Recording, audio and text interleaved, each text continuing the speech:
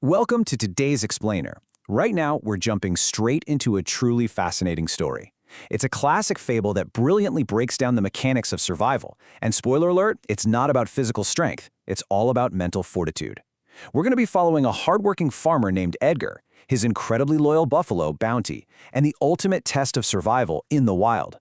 Think about it. A domestic animal suddenly thrust into the raw, unforgiving wilderness, staring down apex predators. The way our hero navigates this danger, it's honestly going to completely change how you view high-stress situations. Let's get into it. Okay, let's dive into this. How exactly does a simple, domestic buffalo actually outsmart a hungry tiger? We usually assume that in the wild, the biggest teeth and the sharpest claws automatically win, right? We literally think of survival strictly in terms of raw physical power. But what we're going to see in this explainer is a brilliant piece of dramatic irony. Actual physical power is so frequently beaten by the mere perception of power. It turns out your mind can build a shield far, far stronger than muscle ever could. Section 1. The Loyal Buffalo's Freedom. So our story actually begins far away from the dangerous jungle, on a quiet, peaceful farm. Meet our main character, Bounty the buffalo. Bounty was this special, free-spirited, and super intelligent animal who belonged to a really poor farmer named Edgar. Edgar was barely making ends meet until he found Bounty. For years, day in and day out, Bounty plowed Edgar's fields. He worked so incredibly hard that Edgar eventually became a respected, successful farmer. But, eventually, all that heavy lifting takes its toll.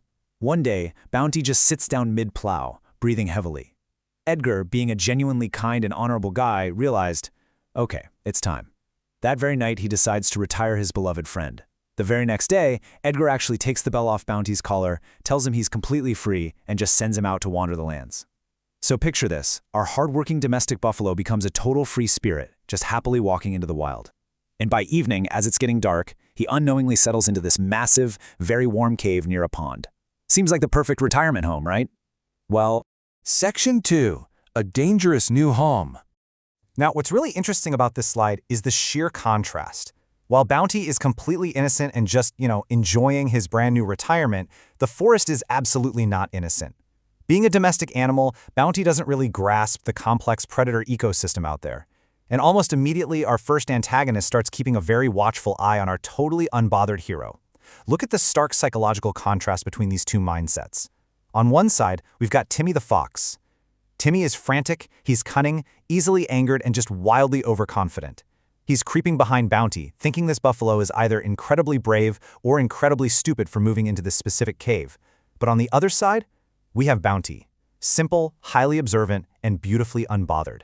He doesn't even notice this frantic little fox tiptoeing behind him at first, because he's just so relaxed and grounded in the moment. Well, eventually, Timmy the fox just can't take it anymore. He steps right up to the buffalo and delivers this incredibly arrogant bluff.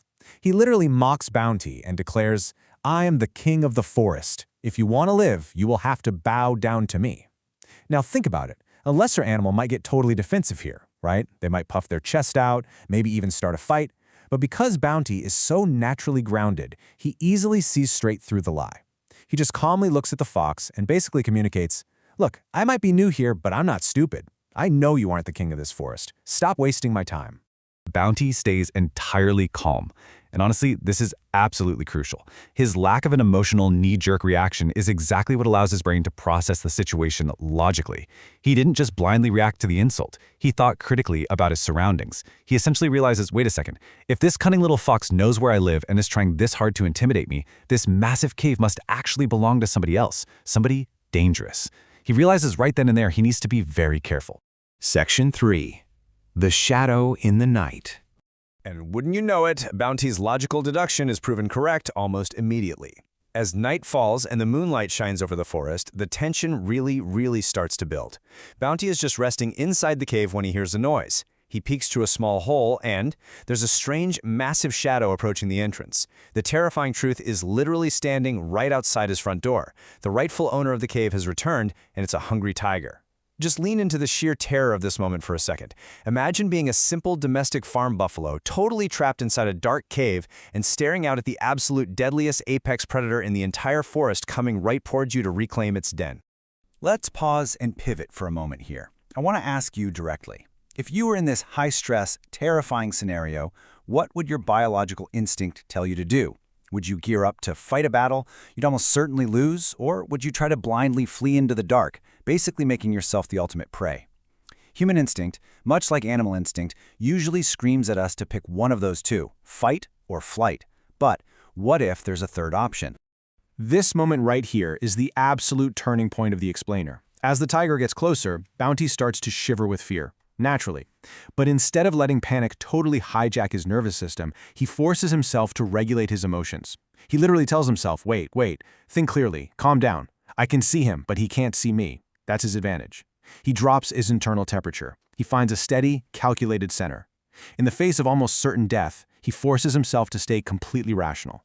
And because he managed to calm his mind, he comes up with an absolute masterstroke of a plan. He uses the pitch-black darkness of the cave to project this wild illusion of terrifying strength. Changing his voice, he pretends to be two massive, monstrous beasts arguing with each other. He does one voice saying, "Oh, look how delicious he looks." And then the other voice scolds, "What is wrong with you? He will hear us. The one who lives here is big enough for both of us to eat." The tiger, hearing these booming voices talking about eating him for dinner, he immediately assumes there are terrifying monsters inside. And just like that, the apex predator of the jungle turns on his heels and leaps back into the forest, completely tricked by a buffalo who simply kept his cool. Section 4. Outsmarting the fox. But obviously, the story doesn't end there. The very next morning, the fleeing, terrified tiger happens to run directly into our old friend, the seething, angry little fox, Timmy. The tiger breathlessly tells the fox all about the two massive, scary beasts that took over his den. The fox, knowing exactly who is actually in that cave, reveals the truth. He tells the tiger with this absolute frantic energy that he got played. There are no monsters. It's literally just a single, simple buffalo. Naturally, the tiger is deeply insulted and, honestly, pretty embarrassed. And the fox, while smelling a golden opportunity to get revenge on Bounty and earn some serious favor with the tiger, he proposes a plan. They need to go back and capture the buffalo together. And this brilliantly illustrates the sheer absurdity of panic-driven thinking. Step 1, the fox says he'll guide the tiger back to the cave, but the tiger is still deeply freaked out and worried the fox will just run away and leave him to die. So what do they decide to do? Step 2, they literally tie a rope around their stomachs, physically binding themselves together so neither can flee without the other. It is just an absolutely absurd, foolish plan born completely out of fear and insecurity. I mean, it really shows how fear makes you do incredibly irrational things, like shackling yourself to a terrible idea. Section 5. The ultimate bluff. All right, this sets the stage for our explosive climax. The two predators, literally tied to one another, march back to the cave to confront Bounty and settle the score once and for all. Now Bounty sees them coming and realizes immediately what the fox has done. And once again, Bounty doesn't run.